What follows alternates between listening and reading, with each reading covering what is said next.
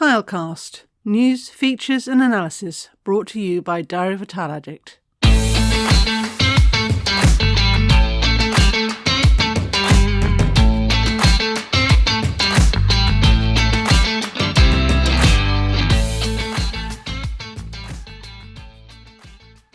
In this episode, our tile addicts, Han and Joe, give their take on timeless design and the chatbot effect.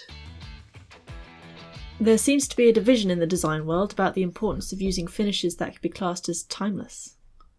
What's your take? Right. Well, it's really down to how do you define timeless. For me, I take a kind of historical perspective, but I don't not necessarily mean that something that's been around for a long time is timeless going forward. But that's my take on it, that it's something that has worked once, either 50, 100 years ago or several hundred years ago, and still looks as good today. For example? I would say something like terrazzo is very good. White marble, timeless. Solid oak is timeless. And then how those are applied in certain ways, make them timeless. Are all iterations of those materials timeless? Because I know plenty of people that would say terrazzo can look dated. Just in general, they won't give it a chance. That's absolutely right, and it can, but that's because I think each period of design, if you grew up with it, so whatever, something that was your parents' generation was fashionable, almost inevitably gets rejected by the following generation, and then the next generation on reinvent it, and they start doing it, and then so people of people of my age would suddenly go, oh yeah, that's really good. I remember that when I was a young nipper, and then there's a generation in the middle that didn't. I don't know whether that makes it timeless, but I think that there are certain materials and how they are used are timeless. So I would say timeless products, timeless design, in and of themselves, they aren't characteristic of any particular time period. I think we can have some allowances here that obviously they're from a time of industry, but for example, a white metro tile, a white hexagonal tile, white generally, I think is has been named as one of the most timeless colours for these timeless tiles. Quite apart from the argument that is white a colour, I would say that yes, generally it will be. The problem is you're talking about timeless design and you're talking about timeless materials, and naturally what we tend to do is write about materials, and sometimes we write about them in isolation rather than as part of a design school or a design movement. But I would say plain colours in certain materials, timeless. Pattern quite often is very specific to a certain era. But then in tiles, there are exceptions to the rule. And I would say that Moorish architecture and the patterns that came through with that are timeless. That's because they've got the religious underpinning to them. And so they tend to be repeated, there are new iterations of them, and they are quite literally timeless. So predominantly geometric patterns, or what other kind of designs would you consider in the same realm? Yeah, I think we are talking predominantly geometrics. One of the obvious good things about that, the Moorish art, is because they cannot have figurative designs, then you are talking about shapes, patterns, colours that are they are timeless because they are mathematical. And if you look at some of the new designs coming through now, a lot of it is about very simple shapes used very cleverly, whether they're interlocking shapes of the tiles themselves or patterns that run across them. And I think they will stand the test of time. Whereas something that you can clearly identify with a certain period, when I was first writing about tiles, bathing hippos used on bathroom tiles or hot air balloons or frogs, the way that they were rendered made them very specific to the 1970s. And my feeling is, even if you came back to them now and launched them now, people would just look at you slightly strangely, a bit like, if you now look at a Benny Hill sketch, it's a little bit, it's not of this generation, the tastes. have changed. Do you think it's just the way that they're drawn, or the fact that those subject matters are used at all? For example, the bathroom Listellos with a beach scene, or turtles, or whatever. Would you say that automatically ages a place? My personal feeling is they have a very short shelf life, those kind of things, because they are so easy to fix at a certain time and quite often a certain place. So not timeless. Whereas a hexagonal tile, yes, they might be very fashionable now, but they'll be very fashionable in 100 years, and they were very fashionable 100 years previously. So these designs that have very particular parameters, whether it's the shapes, the colour, the subject matter, do you think that's killing creativity in any way? I don't think it is. One of the interesting things about tiles, I think, is because you're already constrained by effectively producing a two-dimensional object. I mean, yes, there are tiles with bumpy faces and but essentially you're talking about a two-dimensional thing. It actually, I think, it inspires people to be creative, because they can't be creative by how they sculpt something, or with carpenters can put turned edges and all that kind of fancy work, scroll work. You can't do that with tiles, so you have to actually be quite clever with glaze, clever with colour, clever with pattern. So I don't believe that. I think there is a slight danger that with digital decoration, just as you used to find with people who got their first desktop publishing thing, is that they design something to the parameters of the equipment rather than sit down with literally a blank idea of what they're going to produce and then work out how to do it digitally.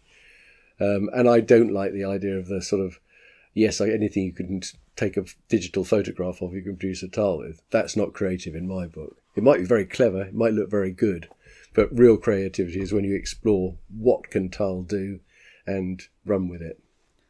On the flip side, if the tile is very plain, you can be creative with the rest of the room in a lot of different ways. And I would say usually those ways are less likely to create a significant amount of waste. So would you say that that is something that should be considered in design, or you should let your creativity run free? Yes. Have I got my tile addict hat on, or have I got my commercial interior hat on? Because I think you're absolutely right.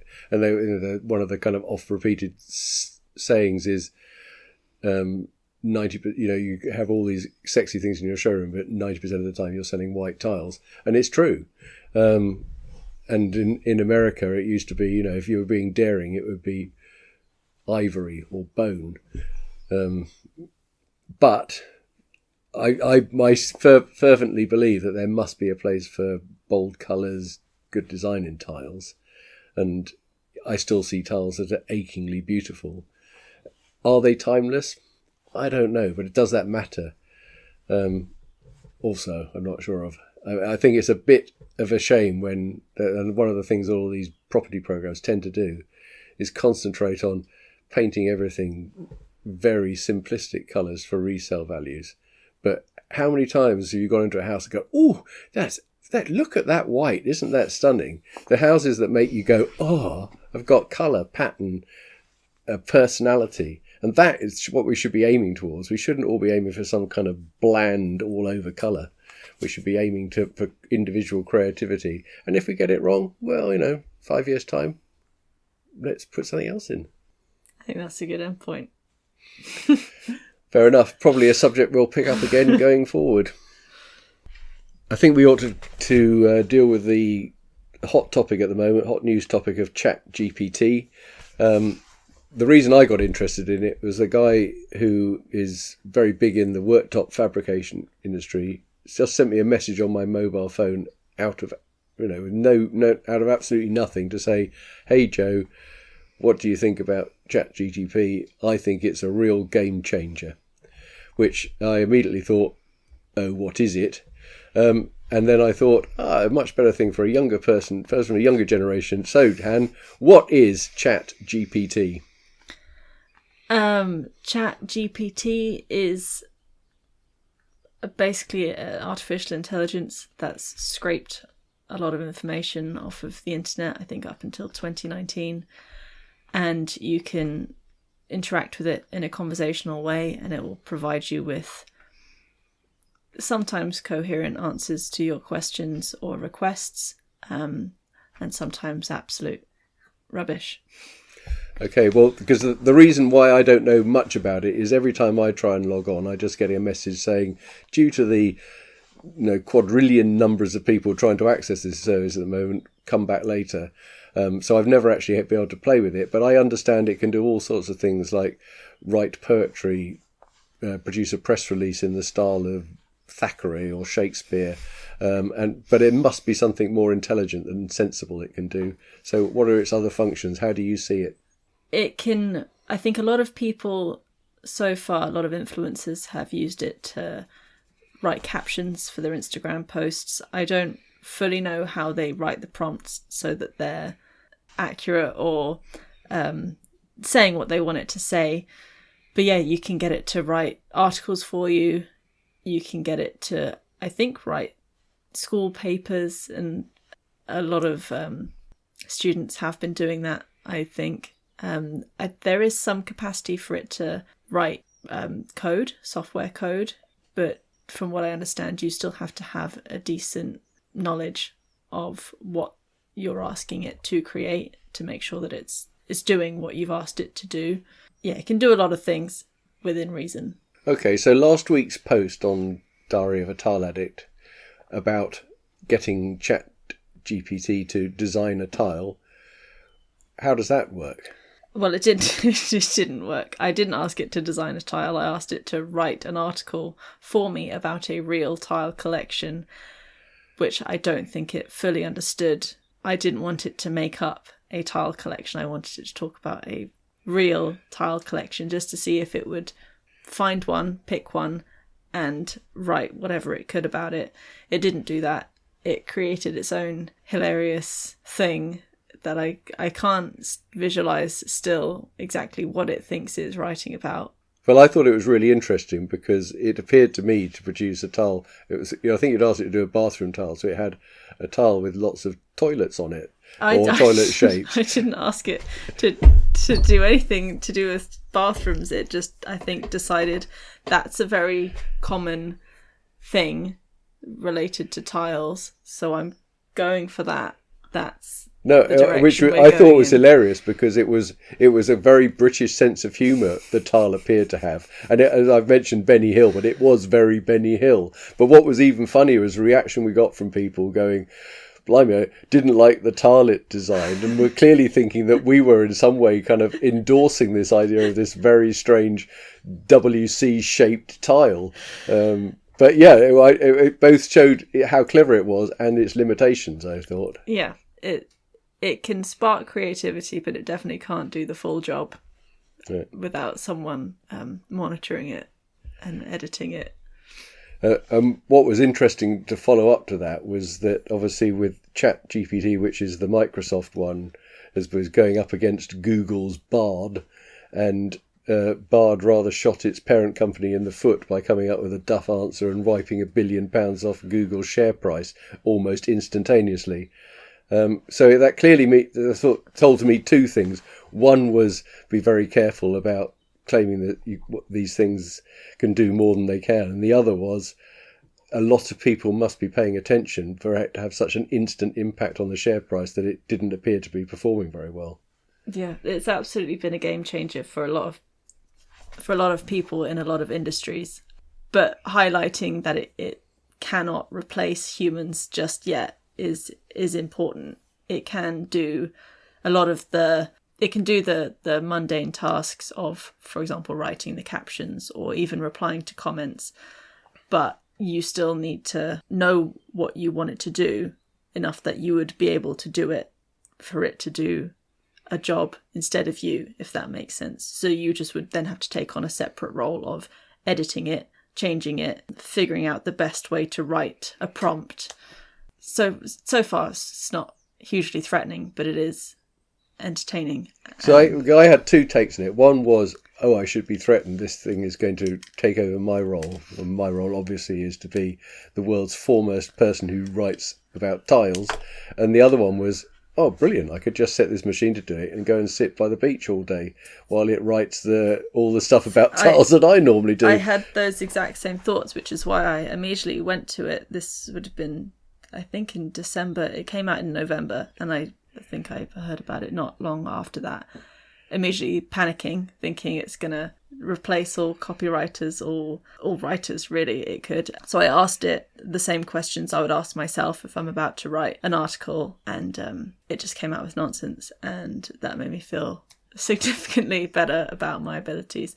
Or not, if not nonsense, it wasn't inspiring, it wasn't something you would want to place, for example, as a blog post for a manufacturer or a tile distributor. It's not something that would inspire their customers. So I didn't feel... Interesting, but the story that was coming out on the news one about, the Google versus Microsoft kind of bot wars, was that it was going to they were going to use it to improve the functionality of a normal search engine. So rather than be a sort of standalone tool, it was an intelligent tool that would effectively keep talking to itself to improve the functionality of a search engine. Is that how you see it? I did see today the option for an add-on in, I think it was on Google Chrome, to a ChatGPT add-on that would provide you with a result alongside the Google results that maybe has essentially skimmed all of those websites and has the answer there, but it still gives you the option to then go through the websites that would have come up with a regular Google search. So if it's really clever, it would just give Google a whole load of stupid answers then, wouldn't it? And keep all the good answers for Bart. I read that before I had heard anything about Bard, so I honestly didn't look into it that much, but I think that is one of the applications there. Yeah, sorry for Simpsons fans, it's Bard, not Bart, but it's in my own mind, it's kind of, I've pictured it now as a sort of naughty little boy. It seems like a strange name. So anyway, Chat GPT, probably another topic we're going to have to come back to, but I'm now wanting to work out why it was a game changer for this guy. I'm going to have to ask him that question, because I don't think it's going to be changing my game anytime soon. You've been listening to Tilecast, produced by Diary of a Tile Addict. To ensure you don't miss any future episodes, don't forget to follow us. You can also find show notes and receive updates on news feeds, articles, podcasts and videos direct to your inbox by subscribing to the diaryofattileaddict.com website. Get the inside track at Diary of a Tile Addict.